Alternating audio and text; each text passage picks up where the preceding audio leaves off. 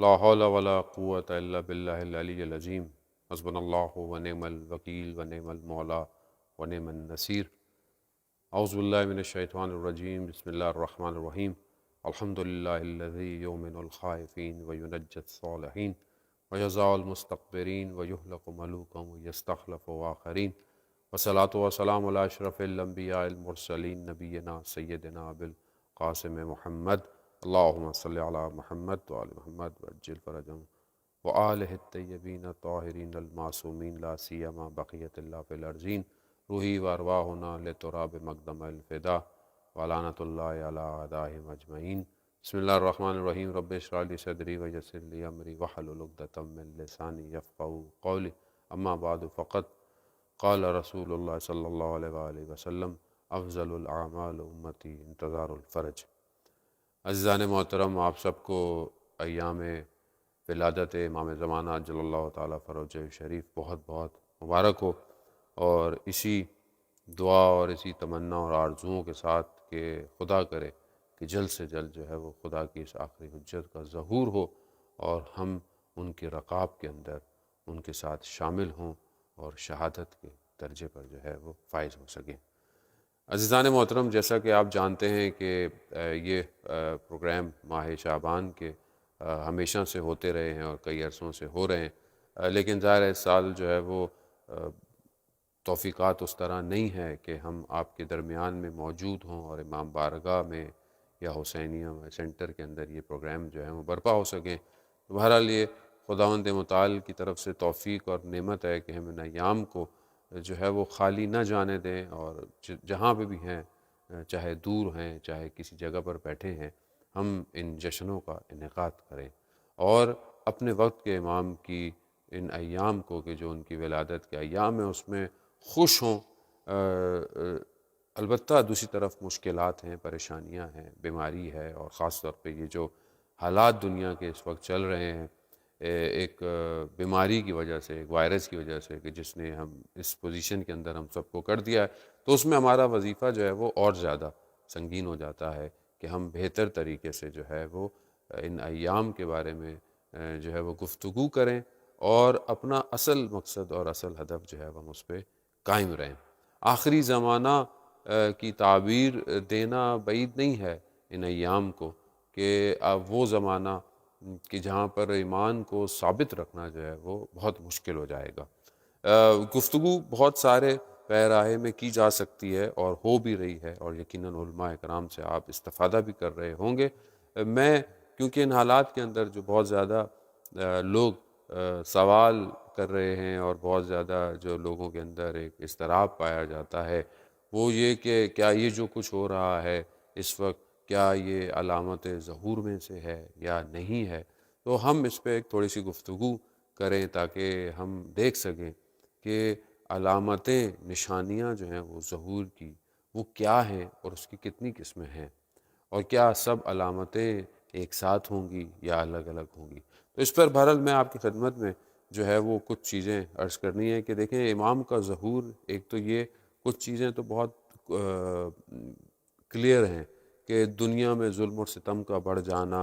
اور اس وقت جو ہے وہ بے عدالتی، یعنی جسٹس نہیں ہوگا، لوگوں کی طرف پریشانیاں ہوں گی، یہ سب ہوں گی۔ حتیٰ سائنس انسان کو جواب نہیں دے پائے گی، جو بھی انسان کے پاس ٹیکنالوجی ہوگی، اور انسان بے ساختہ اپنے وقت کے امام کے لیے جو ہے وہ تڑپے گا کہ کاش کے امام آ جائیں اور ہمیں اس مشکلات سے نجات دیں۔ تو علل ظاہر دیکھنے میں سچویشن ابھی فی الحال ایسی ہی ہے، تو ہم دیکھتے ہیں کہ کیا ہم واقعاً ظہور کے قریب جا رہے ہیں یا ہم جو ہے وہ اپنے آپ کو ظہور کے لیے آمادہ کریں۔ دونوں چیزیں بہت زیادہ امپورٹنٹ ہیں۔ یقیناً ہر روز جو گزر رہا ہے وہ ہمیں ظہور کے قریب کر رہا ہے۔ ظہور کب ہوگا اسے صرف خداوند متعال بہتر جانتا ہے کہ کس دن امام کا ظہور ہونا ہے، لیکن حالات ہمیں ہر روز اس کی طرف لے کے جا رہے ہیں۔ ظہور کی جو علامتیں ہیں وہ ہو سکتی ہیں کہ کچھ علامتیں بہت پہلے ہو چکی ہوں، کچھ علامتیں بعد میں ہوں، لیکن شرائط کا امپورٹنٹ ہے۔ شرائط ظہور کی مہیا کرنا، ان شرائط کو جو ہے وہ اپنے اندر ایجاد کرنا، یہ بہت ضروری ہے، اور یہ میں پہلے بھی بہت دفعہ کہہ چکا ہوں اور اکثر اسی طرف اپنے آپ کو بھی متوجہ کرتا ہوں کہ ہمیں ان شرائط کو تیار کرنا چاہیے جو ظہور کو فراہم کر سکیں۔ ہم علامتوں کو دیکھ رہے ہیں، علامتوں کو ڈھونڈ رہے ہیں، تو علامتیں جو ہیں وہ ان کو آپ دیکھیں تو تین گروہ کے اندر آیت اللہ شمس الدین نے اپنی کتاب ولی الزمان کے اندر جو ہے وہ اس کو تین حصوں میں تقسیم کیا ہے کہ تین قسم کی علامتیں ہیں۔ پہلی قسم، پہلا جو اس کا جو پارٹ ہے وہ کیا ہے، اس کے اندر ایک علامتیں یعنی حتمی ہیں، یعنی ان کو مسٹ ہونا ہی ہونا ہے، اور ایک جو ہے وہ غیر حتمی ہے کہ ضروری نہیں ہے کہ وہ ہوں یا نہ ہوں۔ یعنی جو روایات ہمارے پاس آئی ہیں علامات کی، انہی میں سے کچھ علامتیں ایسی ہیں کہ جو ظہور کے وقت اپنا، ظہور سے پہلے اپنا تحقق، یعنی ظہور سے پہلے وہ ہوں گی، اور کچھ جو ہیں وہ شاید ظہور کے بعد ہوں، یا ہو سکتا ہے کہ مطلب ضروری نہیں ہے کہ وہ ہوں یا نہ ہوں۔ یعنی مثال کے طور پر جو ہم کہتے ہیں خروج سفیانی کا جو خروج ہے وہ ہوگا یا وہ غیر حتمی ہے۔ بعض علامتوں میں اسے، بعض روایات میں اس کو علامت کے طور پر ذکر کیا گیا ہے، لیکن بعض کے اندر جو ہے کہ ممکن ہے کہ یہ ریزن نہ ہو ظہور سے پہلے، یہ قبل موقع ہو سکتا ہے، ظہور کے بعد جو ہے وہ ایسا ہو۔ دوسرا حصہ جو ہے علامتوں کا وہ یہ ہے کہ یا ان علامتوں کی وجہ سے ہم یہ کہہ سکتے ہیں کہ ظہور قریب ہے، یا وہ ظہور جو ہے وہ ابھی دور ہے اس سے، یعنی یہ علامت ہے، اس علامت کے بعد ظہور بہت قریب ہوگا، یا ظہور جو ہے وہ اس کے قریب نہیں ہوگا، ظہور ہوگا لیکن یہ بس ایک علامت ہے، جس کے اندر ایک علامت یہ ہے کہ جو خواتین ہوں گی، جو خواتین ہیں ان کی شکلیں جو ہیں وہ مردوں کی طرح ہو جائیں گی۔ یہ ہم آگے انشاءاللہ چلیں گے، کچھ رسول خدا حضرت محمد مصطفیٰ صلی اللہ علیہ وآلہ وسلم نے جو بیان کی تھیں کچھ علامتیں، اور کچھ مولائے متقیان نے، ہم ان کی طرف بھی آج کی اس گفتگو میں کچھ جو ہے وہ نظر کریں گے، کہ دیکھیں گے کہ انہوں نے کہا ہے۔ اب یہاں پر یہ کہ خواتین کی شکل مردوں کی طرح ہو جائے گی، جو ہے وومنز ہیں جو مینس کی طرح، فیمیل میل کی طرح لگنے لگیں گی، یہ ایک علامت ہے، لیکن کیا یہ علامت ہو جائے گی تو کیا ظہور نزدیک ہے؟ جبکہ ہم کافی عرصے سے دیکھ رہے ہیں کہ یہ علامت متوقع ہو چکی ہے، خواتین جو ہیں وہ اپنے ظاہری آرائش سے اور چیزوں کے ساتھ جو ہے وہ، اور باقی چیزوں کے ساتھ جو ہے وہ مردوں کے مشابہ ہو گئی ہیں۔ اور آپ کے سامنے فیمنزم کی جو گفتگو اور ویو جو دنیا میں ہے بھی صحیح، وہ اپنے آپ کو مرد کے برابر لانے کے چکر میں اور اس طرح ہے۔ یہ خوب ضروری نہیں ہے کہ یہ علامت جو ہے وہ قریب کی ڈیفائن ہو، یہ علامت ہے، اور ضروری نہیں ہے کہ اس کے فوراً بعد جو ہے وہ امام کا ظہور ہو۔ دوسری جو بہت قریب کی علامتیں ہیں، جس میں سے ایک مومن کا کہ جو بہت پاک اور با تقوی پرہیزگار ہوگا، جس کے نفس زکیہ جسے کہا گیا، اس کا جو ہے وہ مسجد الحرام کے اندر جو ہے وہ وہاں پر کہ اسے جو ہے وہ قتل کر دیا جائے گا۔ خوب یہ علامت جو ہے یہ قریب میں سے ہے، یعنی اس واقعہ اگر ایسا ہوتا ہے تو اس کے بعد روایات کی روشنی میں علامت جو ہے وہ بہت قریب ہے، یعنی یا اس کے بعد پھر آپ کہہ سکتے ہیں کہ نزدیک آ گیا ہے ظہور۔ خوب یہ ایک حصہ ہے۔ ایک حصہ جو ہے وہ علامت، تیسرا حصہ جو ہے، پہلا حصہ ہم نے کیا کیا، یعنی وہ علامتیں جو مسٹ ہیں اور وہ جو ضروری نہیں ہے کہ ہوں یا نہ ہوں۔ تیسرا حصہ کہ وہ علامتیں جو ظہور کو بہت قریب ہمیں بتا رہی ہیں، اور وہ علامتیں جو ظہور کو بہت قریب نہیں بتا رہی ہیں، وہ ہو سکتا ہے بہت عرصے کے بعد ہو۔ تیسرا حصہ جو ہے وہ علامتیں جو ظہور کی ہیں وہ ظاہر ہیں، یعنی بڑی کلیئر ہیں، واضح ہیں، جو سامنے ہوں اسی سے ہم اس چیزوں کو ایکسٹریکٹ کر سکتے ہیں، اور کچھ ہیں کہ جس کے لیے ہمیں تفسیر کی ضرورت ہو، تعویل کی ضرورت ہو ان علامتوں کو جو روایت کے اندر ہمیں آئی ہیں۔ مثال کے طور پر جو ہے وہ ایک چیز کے فوراً کوئی چیز ہو، جیسے یہی والی جو ہم نے گفتگو کی کہ خواتین جو ہے وہ مردوں کی طرح ہو جائیں گے، یہ ایک ظاہر ہے، صریح ہے، واضح ایک چیز نظر آ رہی ہے، لیکن دوسری چیز جو اس کو ہمیں شاید ایکسپلینیشن کی ضرورت ہے۔ مثال کے طور پر روایات میں آیا ہے کہ دجال جو ہے وہ حتمی علامتوں میں سے ظہور کریں گے، لیکن کیا آیا دجال شخص ہوگا، یا دجال کے لیے ہمیں اس کو ایکسپلین کرنا پڑے گا؟ روایت میں آیا ہے کہ دجال جو ہے وہ ایک گدھے کے اوپر بیٹھے گا اور وہ پوری دنیا میں ایک گاؤں گاؤں شہر شہر جائے گا اور لوگوں کو اپنی طرف اٹریکٹ کرے گا، لوگ اس کی طرف جذب ہو جائیں گے۔ تو آیا اس دور کے اندر جو دور ہم گزار رہے ہیں، جو ٹیکنالوجی کا دور ہے، ان حالات میں یہ لاجیکلی نہیں نظر آتا کہ کوئی جو ہے وہ ایک جانور پہ بیٹھے اور شہر شہر گاؤں گاؤں جائے لوگوں کو جذب کرے۔ ظاہراً ہم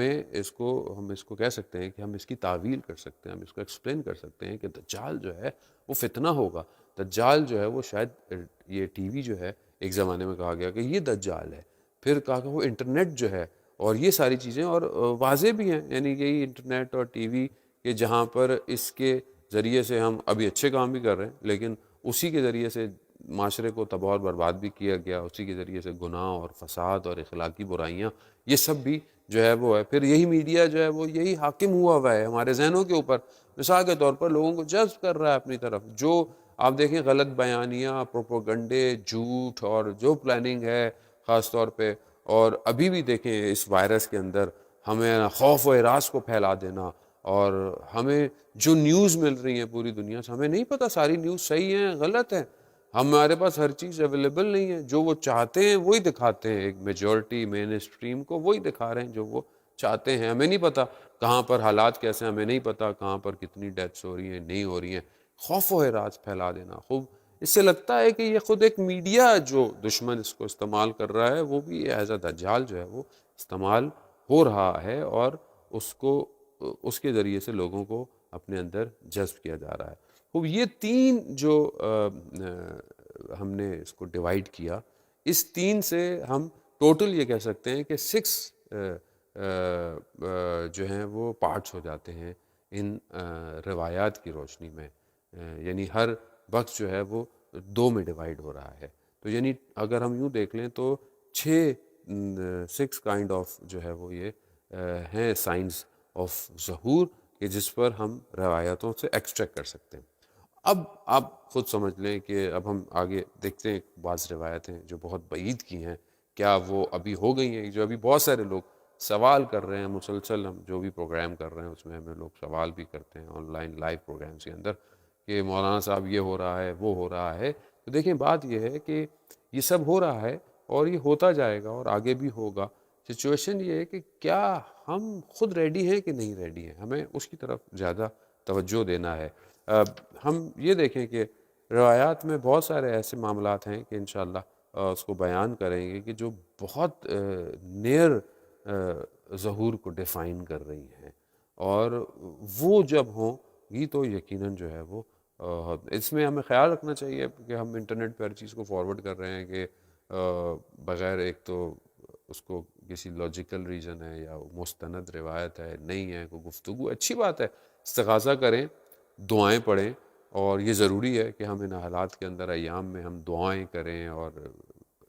مل کر دعائیں کریں، لیکن ان چیزوں کی طرف توجہ کریں کہ جو ہمارے بزرگ علماء ہمیں بیان کر رہے ہیں۔ نہ ہر شخص اپنے طرف سے بیٹھا ہوا کوئی چیز کو جو ہے وہ ایجاد کرے اور بیٹھے کہ بھئی یہ کر رہے ہیں اور یوں کریں، اور جس طرح ہر آدمی ڈاکٹر بن گیا ہے اس وائرس کے بعد اور واٹس ایپ پہ اور فیس بک پہ اپنی تجاویز پیش کر رہا ہے۔ بہتر ہے جو ایکسپرٹس اور ڈاکٹرز کہہ رہے ہیں، جو لوگ ٹھیک ہوئے ہیں، ان کے تجربوں سے فائدہ اٹھاتے ہوئے جو ہے وہ ہم عمل کریں، تاکہ ورنہ ہوتا ہے کہ جب کلسٹر آف انفارمیشن آتی ہے تو ہم کسی چیز پہ بھی عمل نہیں کرتے۔ اسی طرح جب ہم ایک کلسٹر آف انفارمیشن کہ ہمیں یہ کرنا ہے، ہمیں یہ پڑھنا ہے، وہ پڑھنا ہے، اور وہ رہ جاتا ہے۔ جو دعائیں ہمیں اہل بیت علیہ السلام نے ہمیں تعلیم فرمائی ہے، ہمیں ان کو پڑھنا چاہیے۔ ماہ شعبان ہے، بہترین دعا مناجات شعبانیہ ہے، ہم اس کی تلاوت کریں، ہم اس میں دیکھیں کہ اس کے اپنے اندر فراز میں بیان ہوتا ہے کہ پروردگار میری موت جو ہے وہ میرے قریب پہنچ چکی ہے، مگر میرے گناہوں نے مجھے تجھ سے قریب ہونے نہیں دیا، تو میں انہی گناہوں کے اقرار کے ذریعے سے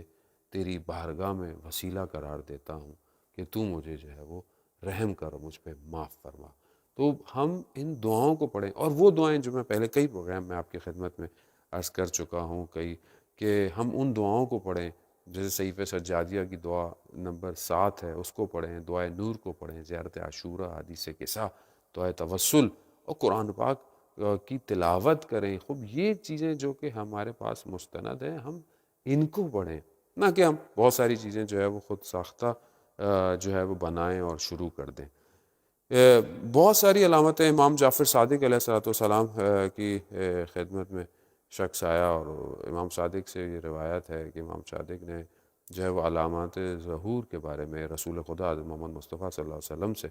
بیان فرمایا. تو رسول خدا نے تقریباً ایک روایت میں ہے کہ 72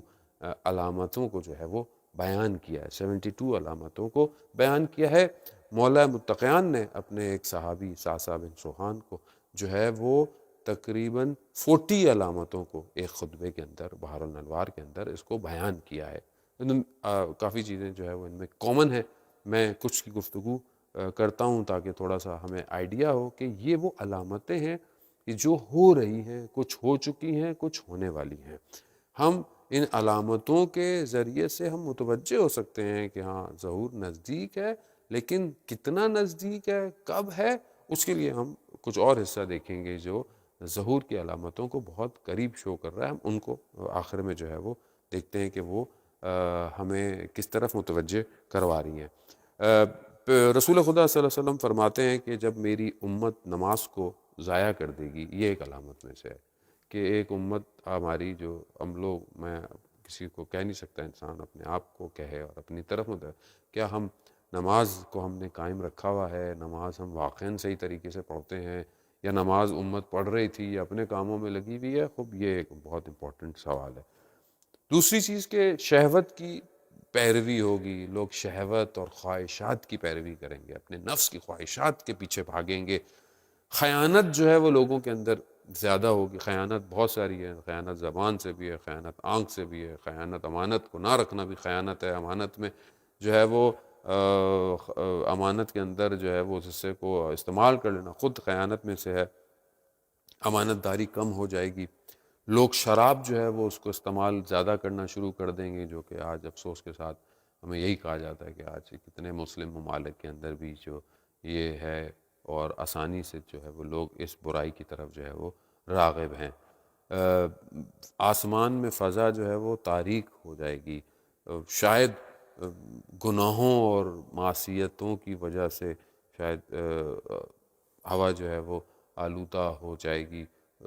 کہا بھی جاتا ہے کہ انسان جب گناہ کرتا ہے، خدا نخواستہ گناہ ہوتے ہیں، تو آسمان جو ہے وہ شاید ہمیں وہ اس طرح نظر نہیں آتا. حقیقتاً جو ہے وہ گناہوں کی وجہ سے جو ہے وہ اثرات اور نعمتیں انسان سے کم ہو جاتی ہیں. پانی خشک ہو جائے گا بہت ساری جگہوں پر. آسمان سے غبار آسمان میں ہو جائے گا. شاید اس کی توجہ جنگوں کی طرف ہو، شاید جنگیں کچھ گزر چکی ہیں.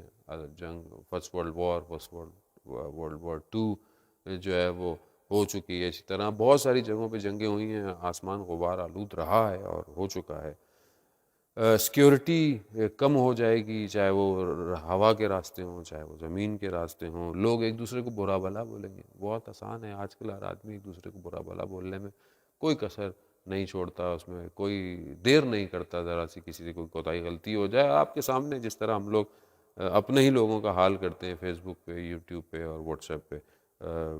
لوگ جو ہیں وہ دامن سکوت گناہوں کے اندر، لوگوں کے دامن جو ہیں وہ گر جائیں گے. بے حجابی ہے، گناہ ہے، فیملی گناہ کر رہی ہے، خدا نخواستہ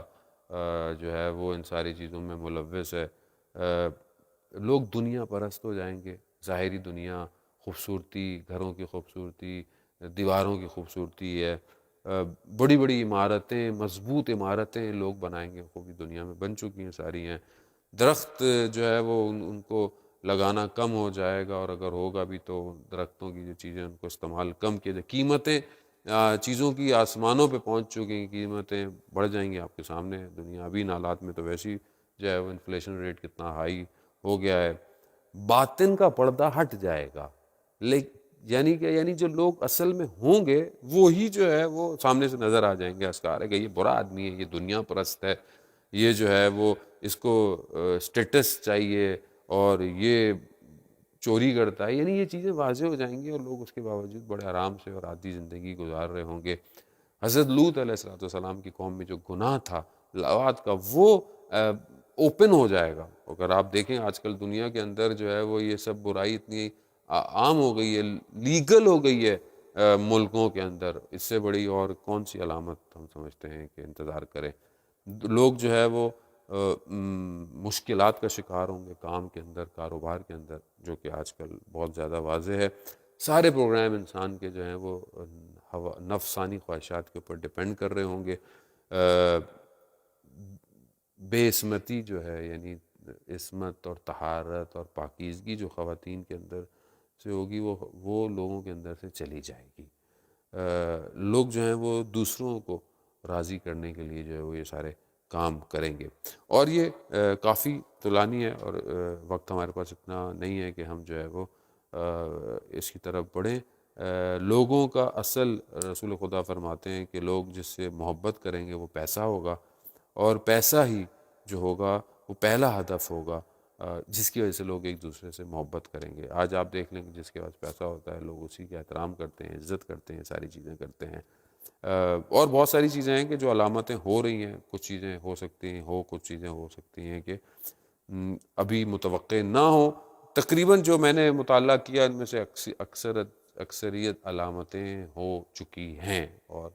ہو سکتا ہے ایک معاشرے میں نہ ہو سکتا ہے کسی اور معاشرے کے اندر جو ہیں وہ ہو چکی ہوں۔ مولا متقیان حضرت علی بن ابی طالب علیہ السلام نے بھی اپنے صحابی چاچا بن سوہان کو بھی جو ہے وہ ظہور کی نشانیاں بتائیں، ان کے اندر بھی جو ہے وہ تقریباً یہی ہیں، اسی طرح سے ملتی جلتی ہیں جو رسول خدا سے ہم نے آپ کی خدمت میں بیان کی۔ اس میں اور ہیں کہ حاکم جو ہیں وہ فاسد حاکم جامع پہ حکمراں ہوں گے۔ آپ کے سامنے جو اس نے پوری دنیا میں اکثریت تعداد جو حکمرانوں کی ہے وہ کیا ہے، آپ جن کی وجہ سے آج ہم یہ پرائس پے کر رہے ہیں، جن کی نااہلی اور جن کے اپنے آپ اور اپنی خواہشات کے رہنے کی وجہ سے آج دنیا میں ایک بہت بڑا طبقہ جو ہے وہ پس رہا ہے، ان کی مس مینجمنٹ کی وجہ سے، ان کی اپنی خواہشات کی وجہ سے آج یہ وائرس جو ہے وہ، جس کو اب باقاعدہ یہ کہا گیا ہے کہ اب تو بہت زیادہ گفتگو ہو بھی چکی ہے کہ یہ ایک بایولوجیکل وار ہے اور مین میڈ وائرس ہے، کہ جس کو جو ہے وہ دنیا کی پاپولیشن کم کرنے پر، دنیا کو اپنی تسلط کے اندر لانے پر جو شیطانی طاقتیں ہیں انہوں نے اس کو جو ہے وہ ان ظالم اور فاسق حکمرانوں کے ذریعے سے جو ہے وہ اجرا کرایا ہے۔ تو یہ ساری چیزیں ہمارے سامنے موجود ہیں۔ وہ نشانیاں کہ جو بہت قریب ظاہر کریں گی، اس کے اندر جو ہے وہ 5 علامتیں ایسی ہیں جو ضرور ہوں گی۔ امام جعفر صادق علیہ السلام ارشاد فرماتے ہیں، پہلی آسمان سے جو صدا آئے گی، ایک آسمان سے ایک ندا آئے گی، یہ خروج سفیانی خسف البیدہ، یعنی جو ہے وہ ایک جسے ہم کہتے ہیں کہ سورج گرہن اور چاند گرہن، یہ ہوں گے۔ خروج یمانی اور نفس زکیہ کا جو ہے وہ قتل کیے جانا، یہ ہے۔ ایک آسمان سے ندا آئے گی،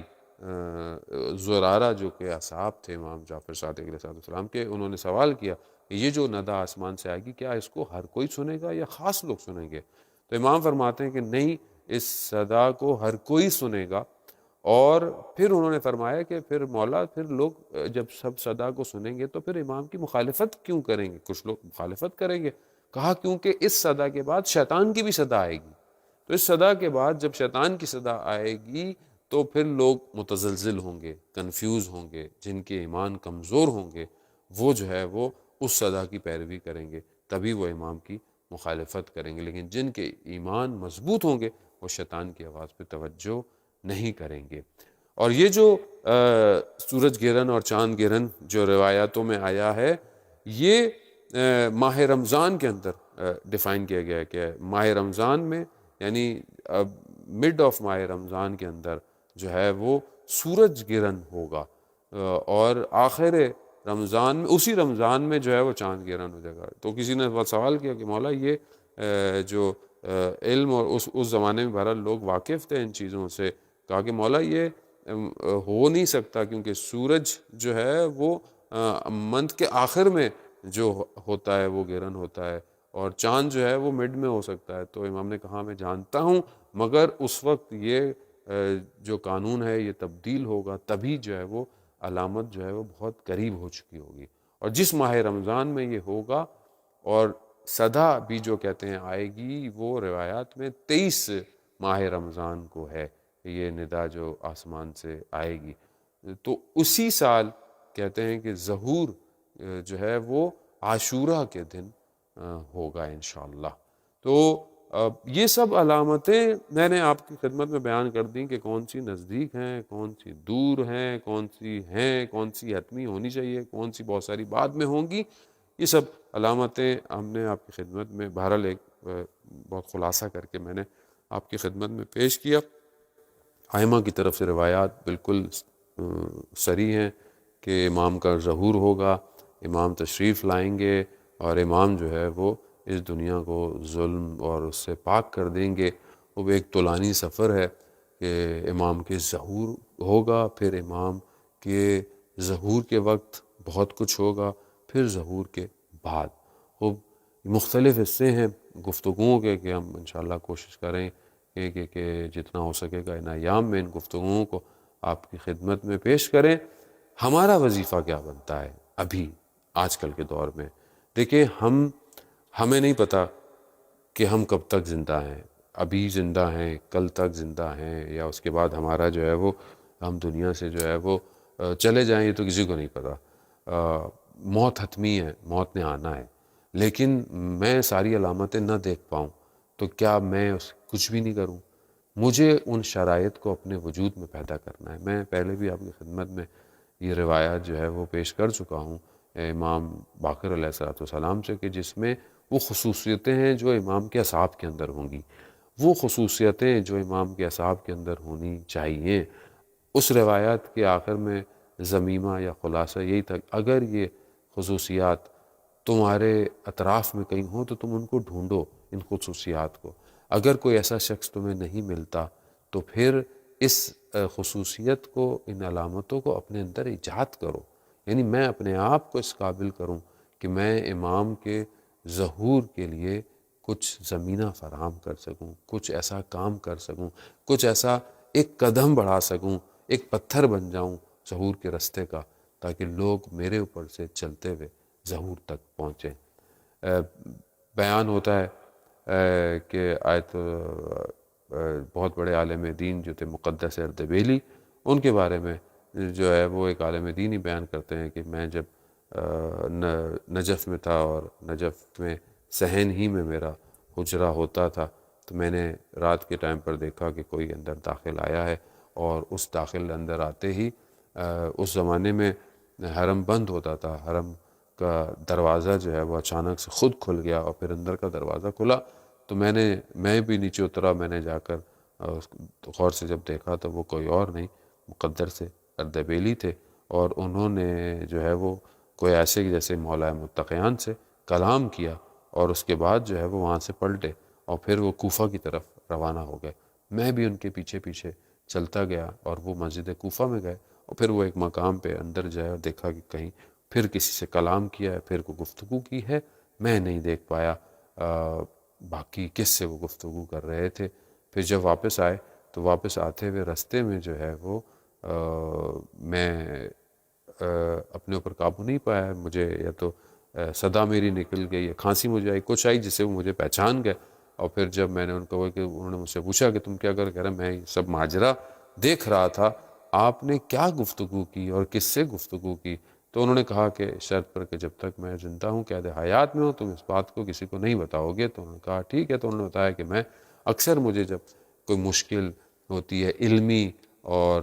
علمی کوئی سوال آتا ہے یا کوئی اس طرح، تو میں مولا متقیان کی خدمت میں جاتا ہوں اور ان سے اپنے سوال کو پیش کرتا ہوں، اور مولا جو ہیں وہ میری مشکل کو حل کر دیتے ہیں، مجھے جواب دیتے ہیں۔ آج جب میں ایک مشکل کا سوال ایک پوچھنا تھا علمی، تو جب میں ان کی خدمت میں گیا تو انہوں نے کہا آج ہمارا فرزند یعنی آخری امام جو ہے وہ مسجد کوفہ میں ہے، آپ وہاں جائیں اور ان سے جو ہے وہ سوال پوچھ لیں۔ تو میں وہاں گیا تھا، میں نے ان سے سوال کیا۔ تو اب یہ ہے کہ خود سید ابن طاؤس بھی اپنے فرزند سے کہتے ہیں، اور بہت بڑے علماء بھی بیان کرتے ہیں کہ دیکھیں امام سے جو ہے وہ زیارت، امام سے ملاقات جو ہے وہ جائز ہے اور متوقع ہے، لیکن ہر کوئی نہیں کر سکتا، مصلحت ہے اور خدا بہتر جانتا ہے۔ ہم امام سے ایک گروہ ہوگا جس کی امام سے ملاقات بھی ہوئی ہوگی، اور لیکن ہم امام کو پہچانے نہیں ہوں گے، اور جب امام ظہور فرمائیں گے تو ہم کہیں گے کہ ہاں ہم نے ان کو دیکھا تھا۔ اس کی وجہ یہ ہے کہ جب تک امام خود نہیں چاہتے ہم ان کو نہیں پہچان سکتے۔ ہو سکتا ہے ہمارے اطراف میں کہیں ہماری زندگی میں مشکلات میں ہم پھنسے ہوں اور امام ہماری خدمت میں آئے ہوں۔ اسی طرح ایک عالم دین کم میں تھے اور آخری علالت میں اور پریشانی میں زندگی گزار رہے تھے، بہت سختی تھی زندگی میں، تو اپنے صحن میں ہو کر جو ہے وہ چلتے چلتے میں گلا کر رہے تھے کہ مولا میں اتنی پریشانی میں ہوں، آپ میری مدد کو کیوں نہیں آتے؟ تو اسی چلتے چلتے میں انہوں نے دیکھا کہ ان کے ساتھ کوئی چلنا شروع ہو گیا، اور امام جو ہے وہ ان کے پاس پہنچ گئے، اور امام نے کہا کہ ہم فلانی جگہ پر تم مشکل میں پھنسے تھے، ہم نے تمہیں بچایا، فلانی جگہ پر تمہیں ایک مشکل آئی، وہاں پر ہم نے تمہیں بچایا، فلانی جگہ پر۔ جب انہوں نے کہا کہ ایک ایک جگہ انہوں نے مجھے بتائی، اور یقیناً وہ وہی جگہیں تھیں جہاں میں ہلاکت میں تھا، اگر مجھے کوئی نہ بچاتا تو میں نہ بچتا، تو پھر امام نے کہا کہ تم نے کیسے کہا کہ ہم تمہاری مشکل میں تمہاری مدد نہیں کرتے؟ ضروری نہیں ہے کہ تم ہمیں اس وقت پہچانو۔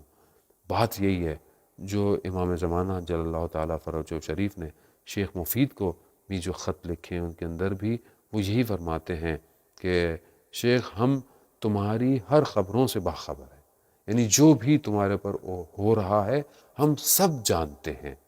ہمارے علم کا احاطہ ہر چیز کے اوپر ہے۔ جو گناہوں سے دوری کرتا ہے، جو برائیوں سے اپنے آپ کو بچاتے ہیں نیک صالح لوگ، وہ ہم جانتے ہیں، اور جو اکثریت جو ہے وہ اپنے آپ کو بچاتی نہیں ہے اسے بھی امام کہتے ہیں کہ میں جانتا ہوں۔ عزیزان محترم، امام ہمارے ان حالات سے واقف ہیں، امام ہمارے ان حالات کو اچھی طرح جانتے ہیں جو ہمارے پر گزر رہا ہے۔ ہم کیا دے رہے ہیں امام کو، ہم سے کیا چیز امام کی خدمت میں پہنچ رہی ہے، یہ ضروری ہے کہ ہمارے وجود سے کوئی خیر جا رہی ہے، ہم اچھا کام کر رہے ہیں جو مولا تک پہنچ رہا ہے۔ حتیٰ امام شیخ مفید کو ایک اور لیٹر کے اندر بھی یہ لکھتے ہیں کہ جو تم خدا سے راز و ناز اور